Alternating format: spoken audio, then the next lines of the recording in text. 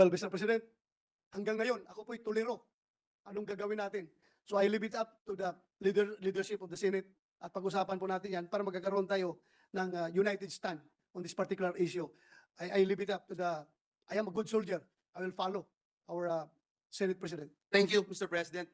Diyan po nagwawakas ang aking maikling interpellation sa ating kasama dito sa Senado. Muli, taus-puso akong nagpapasalamat at sumasaludo sa ating kasama sa Senado, Senator Bato de la Rosa, na hindi natatakot banggitin ang katotohanan sapagkat ngayong araw na ito, ginugunita natin ang Malolos Congress.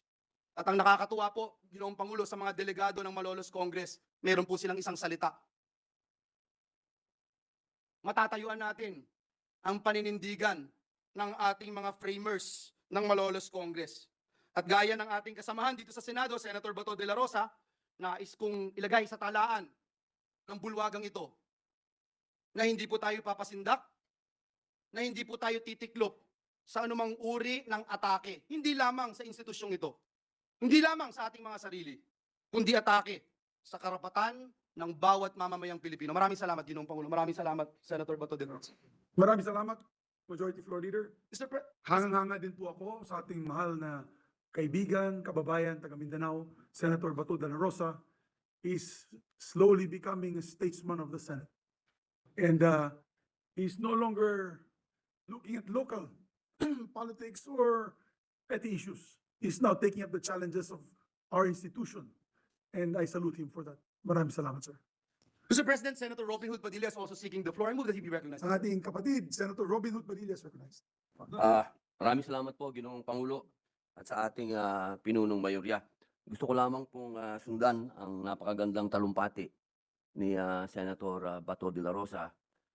Ganun din po ang iminungkahi at ibinato ng ating pinunong mayorya patungkol po sa People's Initiative. Bilang ako po ay chairman ng Committee ng Amendments and Revision, nais ko pong ipaalam sa inyo, Ginoong Pangulo, na ako po mismo ay may sarili ding People's Initiative.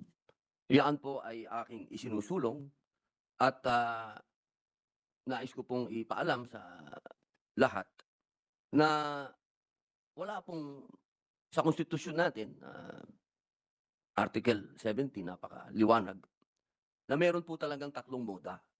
At yan ng Constitutional Assembly, CONCON, at People's Initiative.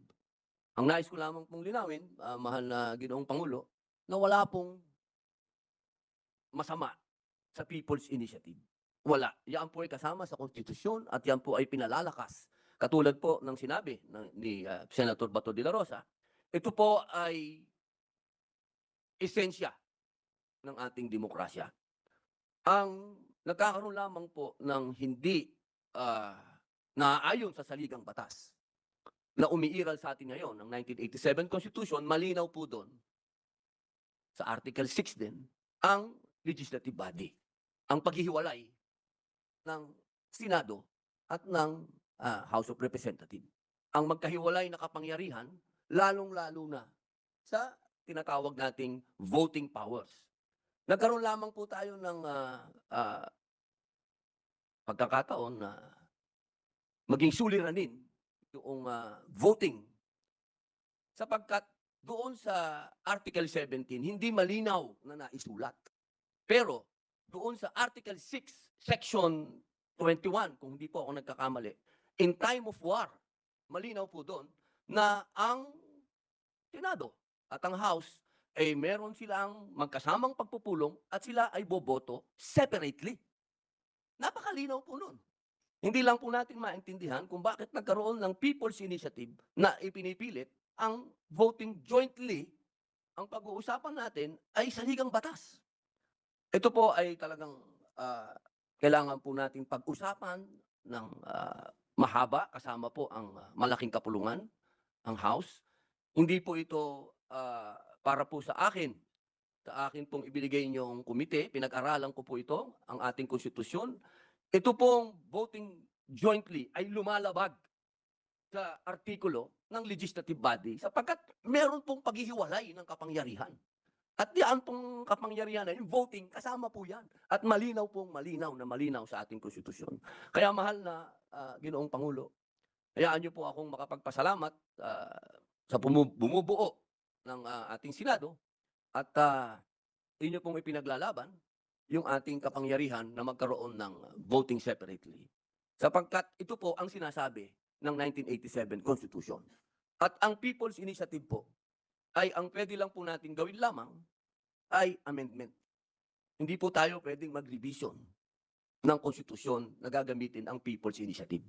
Sapagkat piecemeal lang ang pwede natin gawin. Amendment lang, hindi po revision. Kaya po sana, maging malinaw po ito sa ating taong bayan na ang ating pong winawaksi dito, ngayon, sa ating bulwagan ng Senado, ay yung sinasabing pagtatanggal ng kapangyarihan sa Senado. Yun po ay talagang parang isinawalang bahala na natin ang saligang batas. Kailangan po tindigan natin ang saligang batas sapagkat tayo po ay nanumpa sa harap ng saligang batas. At yun lamang po, mahal na Pangulo, maraming salamat po. Mabuhay ang Senado. Maraming salamat, Senator Robin Hood Padilla. Ako yung manganga din po sa inyo. Alam ko, ang inyong advocacy is to amend the charter to improve the constitution ng ating bansa. At pumirma po kayo dito dahil sa puntong iyon na binanggit mo, na dahil ayaw po makapon ng Senado, ayaw nyo pong walang saysay ang Senado dito sa usaping charter change. Kaya mabuhay po kayo, Senator. Marami po sa amin ay naniniwala din po sa inyo na dapat meron tayong mga kailangan baguhin, pero sa tamang paraan. Maraming salamat. Majority Floor Leader. Yes, Mr. President, next to make a manifestation is our Minority Leader, Senator Coco Pimentel. I move that he be recognized. Our distinguished Minority Floor Leader, former Senate President of this august chamber, this institution that has lasted for 107 years, no other than Senator Coco Pimentel. Yeah, thank you, Mr. President. Ano lang po, maikling, ano lang po, inputs kasi meron pa tayong gagawing caucus. I think a colleague will also share his thoughts with us. No? Well, kanina po sa exchanges for dialogue nila Majority Leader at saka ni Senator Bato de la Rosa, nag-raise ng tanong si Majority Leader, ano ang pwedeng gawin? Sa tingin ko marami tayong pwedeng gawin. Siguro panawagan natin sa ating mga kababayan, yung mga hindi pa nakapirma, huwag kayong pumirma rito sa iniikot na People's Initiative kasi tagong-tago po yung agenda, nakatago sa mga mabibigat at magagandang salita na tungkol sa procedure sa pag-amenda ng konstitusyon. Hindi po yan ang unod o hindi yan yung substance ng plano. Parang chess po ito, pero madali lang din basahin. Mga 2 to 3 moves ahead lang po. Kita na po natin ano po ang agenda po nila. Kaya yun ang pakiusap natin. Tapos si Majority Leader ay nag-launch na naman ng kanyang online movement na doon naman sa mga nakapirma, pwede po silang mag-manifest na nung kami napapirma, hindi naman niya napaliwanag sa amin ng totoo o ng mabuti, or kami naabutan ng isang bagay na may halaga, bawal po yun, na pera man or isang bagay na may halaga, or napangakuan na may darating na bagay na may halaga in the future. So, quotation of Senator Bato, ang aking opinion is actually meron na pong justiciable controversy. Hindi na po natin kailangan hintayin na yung formal petition kung lalantad na yung mga tao nasa likod nito, mag-file kasi yan ng petition sa COMELEC. Sa akin palagay, meron na pong justiciable controversy ngayon at yung mga interest ng COMELEC is following a certain procedure. Ang sabi nila, may resolution sila. But COMELEC cannot give power unto itself. Therefore, there must have been a law authorizing the COMELEC to receive these signatures and to follow a certain procedure pursuant to the resolution na inano nila, pinromulgate po ng COMELEC. Kung parehas ang law na iniisip natin, itong law po na ito, kalimutan ko lang po yung RA number, itong Republic Act number na ito, 6735, ay naging subject matter na isang kaso, yung nabanggit na rin po, nabanggit yata ni Senator De La Rosa, the defensor case versus COMELEC. At ang conclusion ng Supreme Court doon, that law is insufficient to support a people's initiative. That is in an extended decision. Alam ko na po yung sagot ng whoever, kung sino man yung nasa likod nito, na hindi pa naman klaro kung sino. Parang chess mo ito, na-anticipate na natin yung next move nila. Sasabihin nila, meron daw second case na yung sa Lambino case, yung the original Pirma case, na meron daw so-called minute resolution ng Supreme Court on the resolution sa MR kasi natalo naman yung pirma nun eh. Pero nag-motion for reconsideration yung mga natalo, hindi rin sila nanalo sa motion for reconsideration, pero sa minute resolution, yan yung mga yun yung mga maiikling ano na lang eh, mga iikling mga order ng korte. Merong last paragraph doon na sinabi na 10 members of the court are of the opinion that RA 6735 is sufficient to support the people's initiative. Yun po yung counter nila sa ating action. Pero alam na rin po natin yung counter argument po natin doon na ang minute resolution does not form part of the laws of the land under the civil code.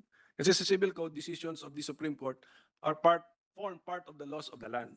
Decisions of the Supreme Court. The Miriam Defensor versus Comelec case is a decision. Okay. Ibabangga ng mga proponents nito is a mere minute resolution. Walang signature ng justices po doon. Clerk of the division. Okay. So, and then, can a decision of a division in a minute resolution overturn a decision of the Supreme Court even if rendered by a division? Hindi. Basic na basic sa Constitution yun. If you reverse something, we already have a justiciable controversy here and we can act. So we can act, kung makita pa natin, we can act politically by calling on the people to not to sign, and for those who have signed to withdraw their signature. We can act legally in the sense of filing cases to already question what the COMELEC is doing. What is your business receiving all these papers with signatures? At sinasabi nila, they have a ministerial role to play as of the moment. Based on what? On a law already characterized by the Supreme Court as insufficient to support a people's initiative. At saka, Mr. President, as well, since actually itong people's initiative yun is an improvement dun sa PIRMA case na sinabi ko. Kasi yung sa PIRMA case before, signatures lang ang sinabit, wala yung, hindi naka-reflect po ano yung amendment. Okay. In this particular case, naka-reflect ng amendment. Okay. Pero dahil sa naka-reflect ng amendment, alam na natin yung subject matter. Although yung pagdating sa number of sections affected, iisa lamang, pwedeng sabihin na amendment ito, pero hindi yan ang definition ng amendment. Kung ang pagbabago ay magsasanga-sanga, apektado iba-ibang sections ng Constitution, ang konsepto ng bicameral Congress ay apektado, therefore it is not a mere amendment, it is already a revision. Because yung basic structure ng legislative branch ang binabago or kinokontra yung konsepto ng basic structure ng legislative branch. Hence, if it is not an amendment, then it must be a revision. And people's initiative is not available for a revision. So these are our arguments, Mr. President. So sa tanong na what can be done, marami ang pwedeng gawin. I'm sure hindi ko na-exhaust yung pwedeng gawin.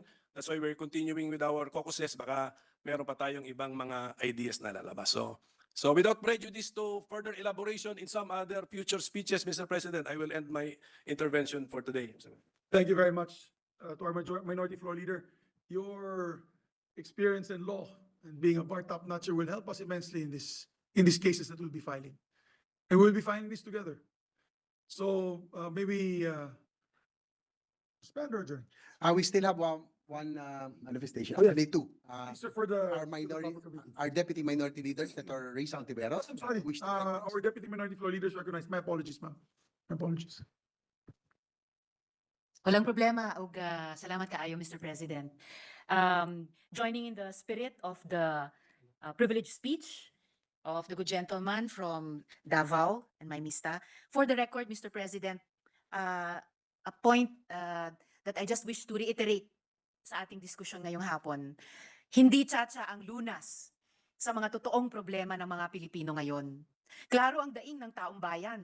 Patuloy na pagtaas sa presyo ng bilihin, kakulangan ng trabaho at kita ng manggagawa, sirang sistema ng pampublikong transportasyon at isang pamahalaan na tila walang pananagutan at tugon sa mga totoo nilang pangangailangan.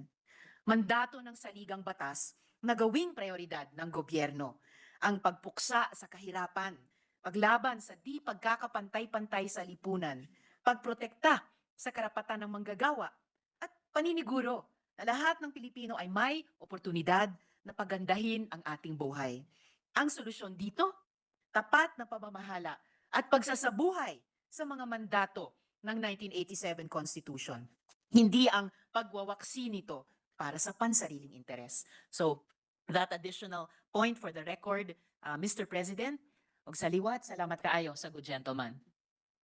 Thank you very much to our distinguished colleague, Senator Rizal de la Rosa. Thank you, Mr. President. Last to make a manifestation in this matter is this representation. I move that I be recognized, Mr. Yes, President. our distinguished Deputy Majority Floor Leader is recognized. Mr. President, my dear colleagues, I share the frustrations of my colleagues in the Senate and the public towards the ongoing People's Initiative. To be clear, I'm not against changing the Constitution per se. I'm open to charter change, especially for the economic provision, for its potential to spur economic development. We are playing catch up with our ASEAN neighbors. Our priority should be to go full steam ahead on infrastructure development and energy, and in order to make the Philippines competitive and attractive. I believe charter change on economic provisions can help us in this regard. However, we cannot negotiate in bad faith. We cannot play around with the democratic process as important as changing the highest law of the land. And this is how we regard the ongoing petition for People's Initiative. Earlier on, we reached a consensus that we will set aside this type of political circus and instead focus on ensuring that our economic recovery. Nasaan ang palabra de honor? Nasaan ang prioridad natin para sa bayan? Mr. President, the political noise and partisan bickering that will result from this process will only stall our economic recovery. All our efforts in recovering from the pandemic and building a better economy will be for naught if we allow these protracted political squabbles to continue. Charter change will definitely consume much of our time here in the Senate. We will waste our time arguing over voting procedures and other aspects of this political exercise. Marami tayong mga suliranin at hamon na kailangan gawa ng solusyon at bigyan ng pansin. And many of these can be solved without tinkering with the Constitution at this time. Let us do the people's work. Let us work for modernizing our infrastructure and energy, ensuring food security, and revitalizing our economy. All our time, energy, and resources should be focused on these important issues rather than wasting them in a political exercise that will only divide and worse, stall our efforts to ensure a prosperous future for people. Mr. President, nakaka-frustrate. Ang dami nating hinabol ng mga priority bills. Measures that are intended to set as our framework and direction towards recovery and making our country competitive once again. Parang lahat ng ating pinagpaguran, pinagpuyatan, ito mga nakaraang buwan ay masasayang. This activity will definitely stall all of these efforts. Nakakapanghinayang. Definitely itong charter change, itong usapin na ito, sabi ko nga po, ito 2 araw na tayo halos. Hindi nakausad. Because of this, talking about this issue, nakakapanghinayang. It's frustrating for me, Mr. President. Personally, I was requested by the economic team to defend the public-private partnership, which was not under my committee. I took the challenge because I wanted to help this administration. Kaya lang parang sayang ang lahat kung ito po ipapasok ngayon. Bakit pa tayo nagpagod? Bakit pa tayo nag-aral? Bakit pa tayo nagpuyat para lamang maipasa ang mga ito? Kung ganito rin lang po ang kahinatnan. I'm just sharing with you my frustration because all of us exerted all our efforts here in the Senate. Dito po talagang tayo nag-aaral para lamang may ayos ang lahat ng mga panukala at maging batas na mag-aayos ng ating pumbayan. There is time for everything, Mr. President. Now is not the time for divisive activity like the People's Initiative. So with that, Mr. President, I move that we refer the privileged speech of Senator De La Rosa and all the interpellation and manifestations thereon to the Committee on Electoral Reforms and People's Participation. I so move, Mr. President. There being no objection, motion is approved. And I'd like to share the frustration of the distinguished colleague, Senator J.V. Ercito. Ang aga-aga pa lang ng administrasyon na to, bakit ang dami-dami ng away? I think we should concentrate on moving forward with the economic agenda for the upliftment of poverty of each and every Filipino that's living in abject poverty, 25%. Minimum wage, tulak natin. May rally kanina. Imbis na charter change, pwede bang taas natin ang sweldo? Pasok natin yan. Pasok ng presyo ng bilihin. Oo, correct. So I think, my dear colleagues, today has been a very fruitful day for the institution. I think our standing as one in this chamber, not just for our own self-preservation. It's not about self-preservation. It's about looking at the 107 years of history of this hallowed ground, these hallowed halls of the Senate. Nakita natin yung mga personalities na ipinaglaban, the father of Senator Coco Pimentel, who fought against injustice and the martial law days, and many others who were jailed and fought for what they believed in and lost their power, fighting for our country and for our nation and for our democratic processes. Huwag natin sampalin sila, na makalimutan natin ang kanilang alaala, kanilang memories, no? We forget their memories because of pure personal ambition. That's why I salute all of you. I salute all of you. It is now a test of character. This gentleman is a test of character. Separates the boys from the men. Those who want the toys and those who want to fight for our country. So kayong lahat, mabuhay po kayo. So my dear colleagues, my majority Thank floor you. leader. Thank you, Mr. President. Before we